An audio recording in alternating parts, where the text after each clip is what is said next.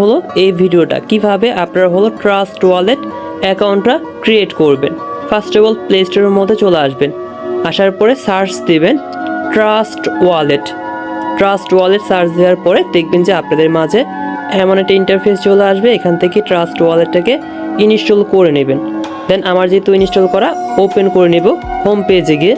তো হোম পেজের মধ্যে চলে যাবেন, যাওয়ার পরে এরপরে দেখেন যে গেট স্টার্টের মধ্যে ক্লিক করবেন। এরপর দেখেন যে 1 নম্বরে ক্রিয়েট নিউ ওয়ালেট, এটার মধ্যে ক্লিক করবেন। এরপর দেখেন যে উপরে সিক্রেট প্রেস এর ডান পাশে ক্রিয়েট লেখা আছে, ক্রিয়েটের মধ্যে ক্লিক করবেন।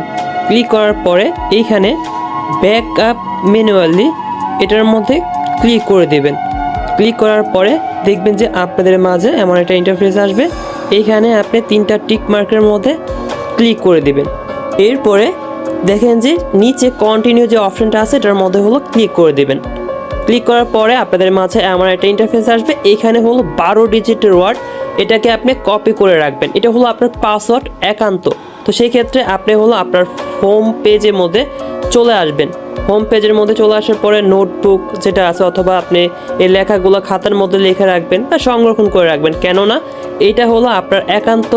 এটা আপনি কাউকে দেবেন না। আপনার ফোন যদি চুরি হয়ে যায়, হারিয়ে যায়, সেই ক্ষেত্রে আপনি কী করতে পারবেন? সেই ক্ষেত্রে আপনি ওই ফোনের মধ্যে আবার নতুন করে এই ওয়ালেটটা সেট আপ করে আবার কিন্তু কাজকর্ম করতে পারবেন। সেই ক্ষেত্রে এটা অবশ্যই পার্সোনাল জায়গায় লিখে রাখবেন, কাউকে হলো দেখাবেন না, দেবেন না। এরপরে আপনি হলো আবারও ট্রাস্ট ওয়ালেটের মধ্যে চলে আসবেন। আসার পরে এক একটা করে পুনরায় ব্যাক করে আপনার যেখানে ছিলেন ফার্স্ট অফ অল ওইখানে চলে আসবে। এরপর দেখেন যে নিচে অ্যাড এক্সাইটিং ওয়ালেট আছে, এটার মধ্যে ক্লিক করে দেবেন। এরপর উপরে সিক্রেট প্রেস এটার মধ্যে ক্লিক করে দেবেন।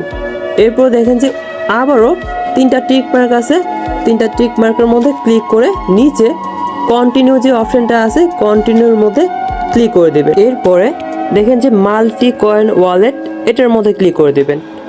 এরপর আপনার যে 12 ডিজিটের ওয়ার্ডটা ছিল এটাকে আপনি নিচে পেস্টে ক্লিক করবেন। পেস্টে ক্লিক করলে আপনার 12 ডিজিটের ওয়ার্ডটা পেস্ট হয়ে যাবে। এরপরে নিচে রেজিস্টার ওয়ালেট নামক অপশন আছে, রেজিস্টার ওয়ালেটের মধ্যে ক্লিক করে দেবেন।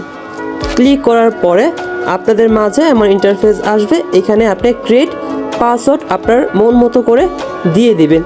2বার ক্রিয়েট দিবেন, একবার কনফার্ম দিবেন একবার।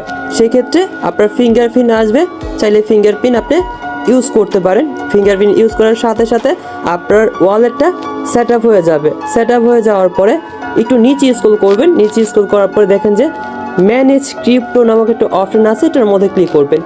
এরপরে BTC, ETH, BNB এই 3টা অফ করে দেবেন।